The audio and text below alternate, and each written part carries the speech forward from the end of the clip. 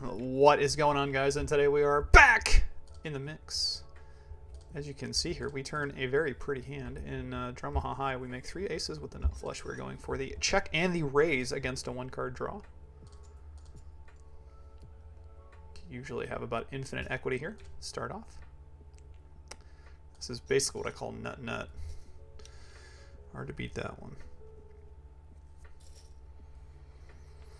Been a few days since my last stream. I have been making some podcasts as of late.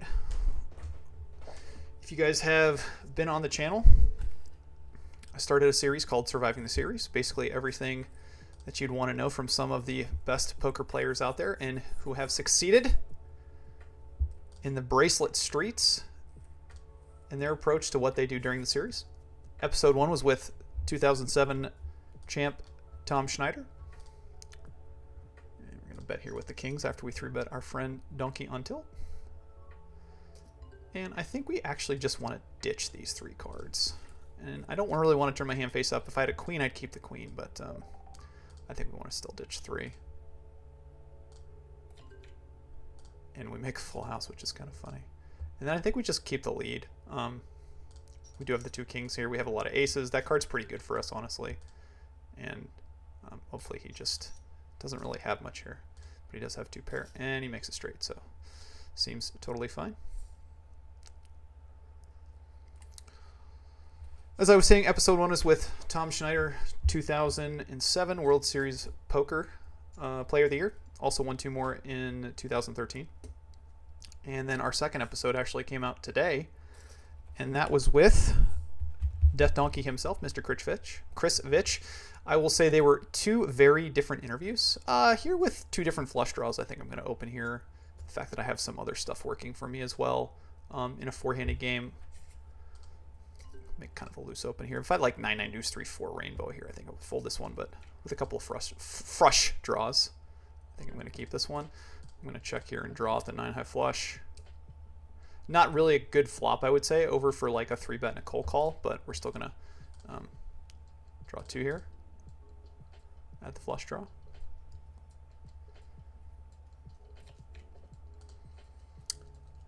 And we do make a set of 9s. I think with 2 flush draws in a set, I think we have to call turn. We're usually not ahead in this situation, but I think we just have a little too much equity both ways. Do make a full house. I mean, this is really tempting to bet just because, yeah, I think I'm going to bet. I threw away a jack too, so. And I think like queens would have bet this flop at some point. Like if King Ivy has queen here, I feel like if King Ivy has queen here, he should bet the flop. So just call. And I did have a jack in my hand, so we do get half. We cannot beat the ace. But yeah, 2 different interviews. I'd say like Tom told a bunch of stories with respect to kind of how his approach was back in the day. And then Chris's, as y'all know, if you've seen or watched Chris talk in the past, he's very GTO oriented. Sorry, as I get my speech right. So that conversation itself was obviously very good. So again, if you guys are looking to go to the series, amateur or professional, highly recommend you guys go and watch it.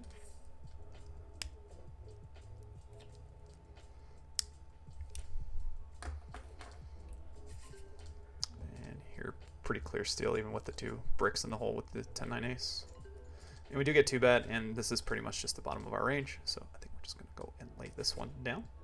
We should not get played back at too much, I think, even against the deuce. So when that deuce does play back at us, we're just going to go ahead and fold. We did have another game going briefly. Unfortunately, that one did break, so we're going to look and see if we can go find some more action somewhere else.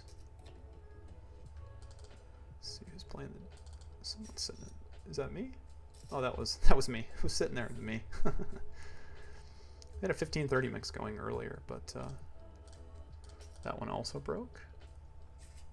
It's a hybrid mix. That one can get bloody quick. A lot of PLO, a lot of no limit. So right now we're playing Super Circus. And maybe as a filler right now, I I think I've said this in the past. If I get a chance to maybe bring up a filler game, but let's see here. Poker hard today. Yeah. Well, pokers can definitely be hard some days. All right, here with the buried tens. Gonna open in stud 8. Definitely think these hands are much more playable when they're buried, just because high strength in your hand. And your door card's not face up. Even against a queen open here, we're gonna fold the 10-3 deuce. If we had an overcard, I think to the queen, maybe more likely to call. Looking for pot A.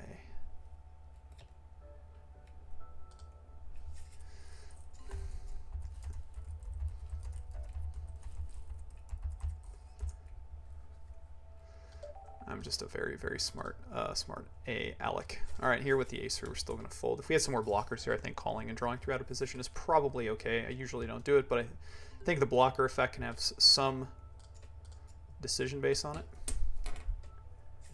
Here we're going to open the ace 4-7. See if we can start another game somewhere, even if it's small.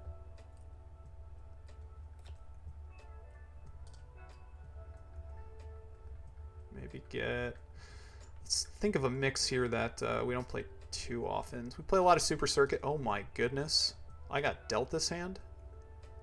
Oh man. I'm sorry, Donkey. I'm sorry. I apologize ahead of time for this one.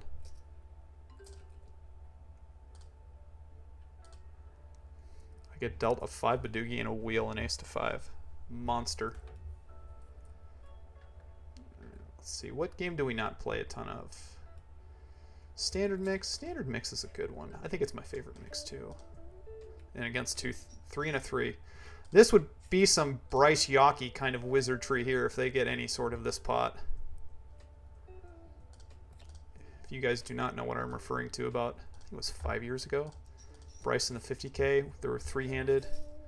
Bryce gets dealt number 2 in deuce to 7. Here, I'm gonna see. Oops. That. What was that?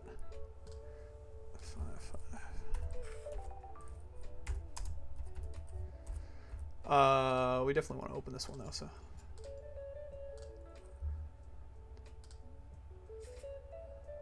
We had ace 5-6 where we might keep the 4 there out of position.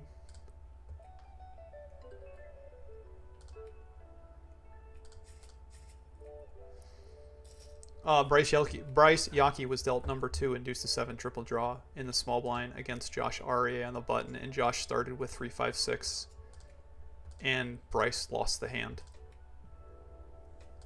Which is, I mean, I think Josh had something like 3% in the hand at the start, which to me seems absolutely incredible, because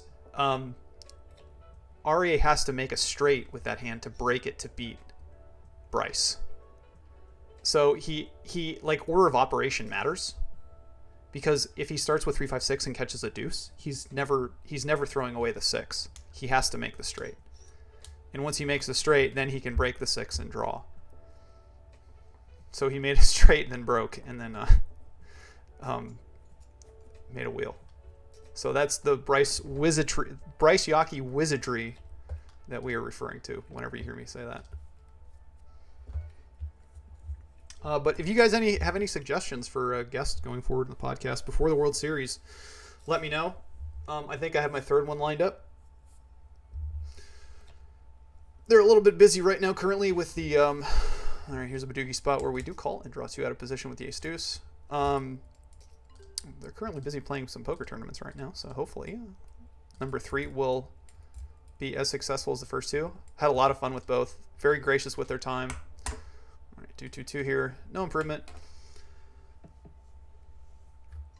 King Ivy doesn't necessarily have to bet in this situation just because I think his range is wide. I don't expect a check raise here very often either, so I think we can just call and draw 2 one more time. If he had bet and Donkey had called, it's a little bit more, I think, tricky out of position now. And he does pat, so this is just becomes a check fold.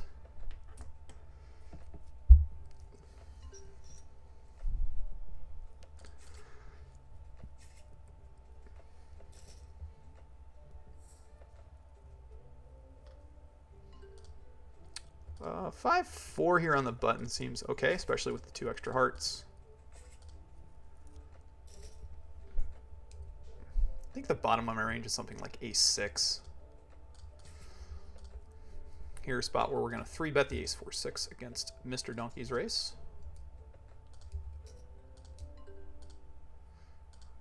And we just are going to show him the business again here, most likely.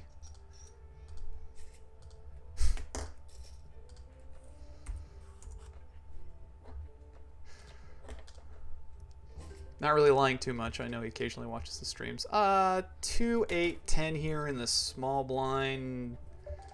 I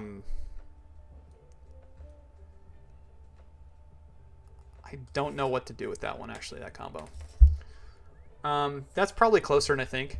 That actually might be an open. If it isn't open, it's probably a, I mean, it's a very, very, very small winner if it's an open. And what I mean by winner when I say that is like, if I fold, I lose half of a big blind. If I play the hand, my expectation is that I'm going to get something greater than losing my half a big blind back. So obviously, if like I'm playing limit hold'em there and I open deuce 7 offsuit, I expect to lose more than folding in the small blind. Same thing in that situation. If I open the 2-8 2 suit, I'm thinking my thought process is that I'm supposed to get more back than giving up half of a big blind. 7-6 here, kind of the same thing.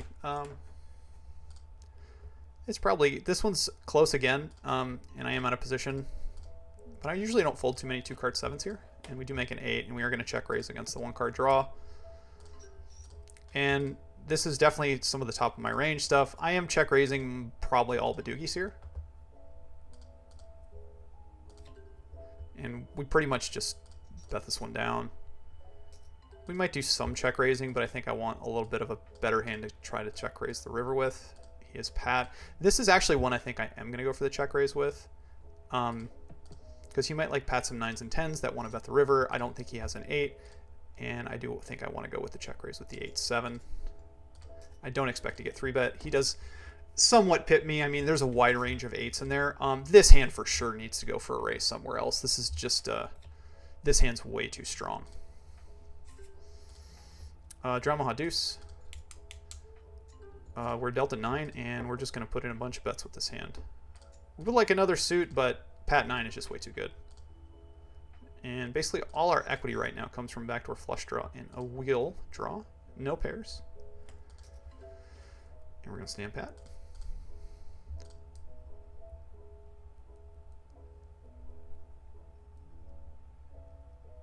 Love to see a 6 or 4 on the turn. Maybe a pair, club. And he does take 2. Definitely a good card, and the fact that he took 2 obviously helps us out because it's very, very, very unlikely now. Well, it's hard for him. I mean, I guess we're just going to call. He's kind of repping like something like deuce 4, but we don't really have many extra outs except if we make like the 4, I guess, on the river. So, and he makes the deuce 4, but he has an ace in his hand. For what it's worth, I don't know if I really love that raise. I mean, if I know he's raising in that situation with an ace, deuce here with the queen on the button and some like high potential, I think this is okay. This is actually a hand I'm considering checking back, even though I do have a queen in my hand. If he's got a 5, he's probably free rolling me more often than not, and my draw here is like quite bad. So I think I'm just gonna stand pat behind if he draws.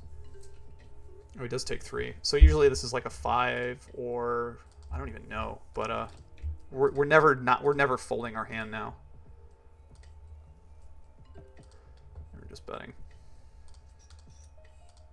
I didn't think he was gonna have a 3-card draw there though. So, but I'm not a huge fan of his raise with the ace because there's not a lot of hands that I'm folding, and he's getting free rolled by I think all of them that I pat with. So.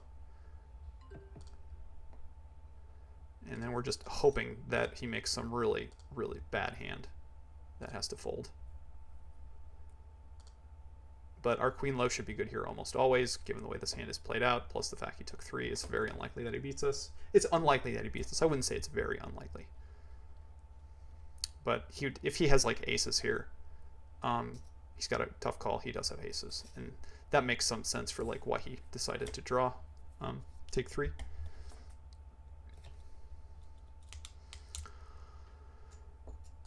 Here with a 2-card draw, if Donkey calls, I mean, our draw isn't necessarily great. I think we are going to call and see a flop. And this is one where I'm just going to check fold, if given the opportunity, because I don't have a deuce in my hand. Donkey leading here most likely means that he has a deuce or some sort of full house. So we just give this one up right away. Again, this is a no qualifying split pot game, meaning there's always 2 pots at one time. There's a deuce pot, deuce is 7 low, 7 5 4 3 2, and there is he has a deuce with a 3, and King Ivy has 10 10, and there is an Omaha high board, so 2 shots, and then this is again another hand. If we get 3-bet here, we're just going to put in a ton more action. We flop the nuts straight on the board, plus we have a 10 low. Very strong hand in this situation. We would like a flush draw, but we're not going to be super picky. Plus we got a redraw. Now we have a straight flush redraw and a higher redraw to a higher straight. If we get raised here, I think we do have to put one more bet in. Just we've seen like a fair bit of his action so far, and I think he's just put in a little bit too much. Therefore, with a 10, and these cards right here in this situation also help me out. It's not a good card because we don't have a pair, but I think I'm going to bet here one more time. He does have the deuce 3 6 7 8. Interesting. But when someone puts in like I think a little bit too much action, I'm all for going for thin value. And then on this board, 3-handed, if we get the opportunity, we're going to check back and draw 2.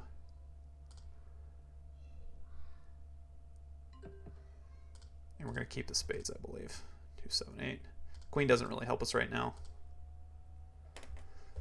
And the reason I opened this button is I had deuce queen 7 8, so I had double suited, so I did have some potential there with the queen, but now that it's kind of bricked off, I'm just done. Again, when he takes 3 in this situation, like it's usually like 3 aces, and then donkey pats, so that might be some sort of like rough jack, maybe like king queen draw. I don't even know, like maybe like some sort of queen 10 with clubs, but we are going to take 2, I think.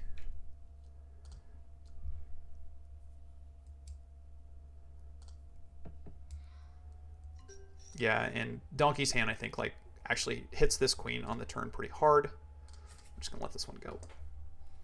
Don't have any showdown value realistically with the deuces, especially since King Ivy took 3. I would say like it's more often than not that's like a set.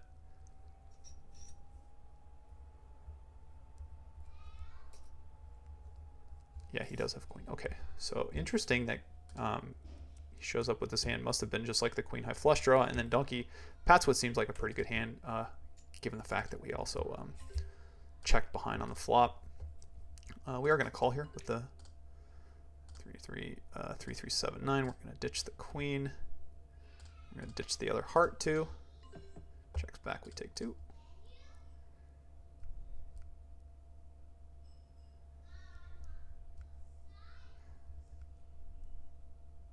Good question to ask yourself is if my opponent here is drawing 1 at the queen versus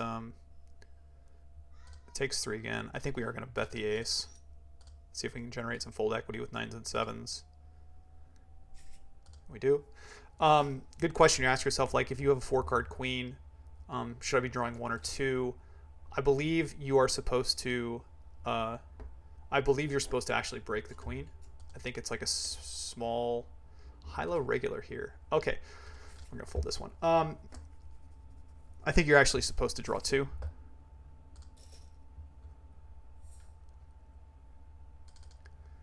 Get the chop shop. Let's see if we can get the chop shop mix going today too. See if anyone wants to play that. Did they all sit out? Oh no, they sat out.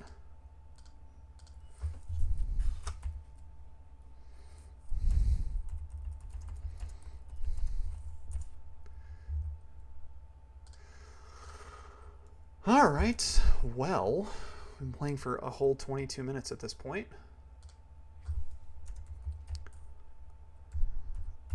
Still sitting at 4 tables. I'm going to stop the stream for now. and then hopefully we can get another game going. But as always, if you guys like what you see, please like and subscribe. Questions or comments down below. If you guys have any thoughts on who I should try to get on for the next podcast, let me know. I'll reach out to them. Yeah, if you haven't opened a Phenom account, again, I still have that code for 200% bonus, 200% sign up bonus if you have not opened an account yet, up to 4,000 USDT. Click the link below or use LMG. And as always, I will see you guys around. Good luck at the tables. Play well. Hopefully we get the stream going again in a little bit. Bye-bye.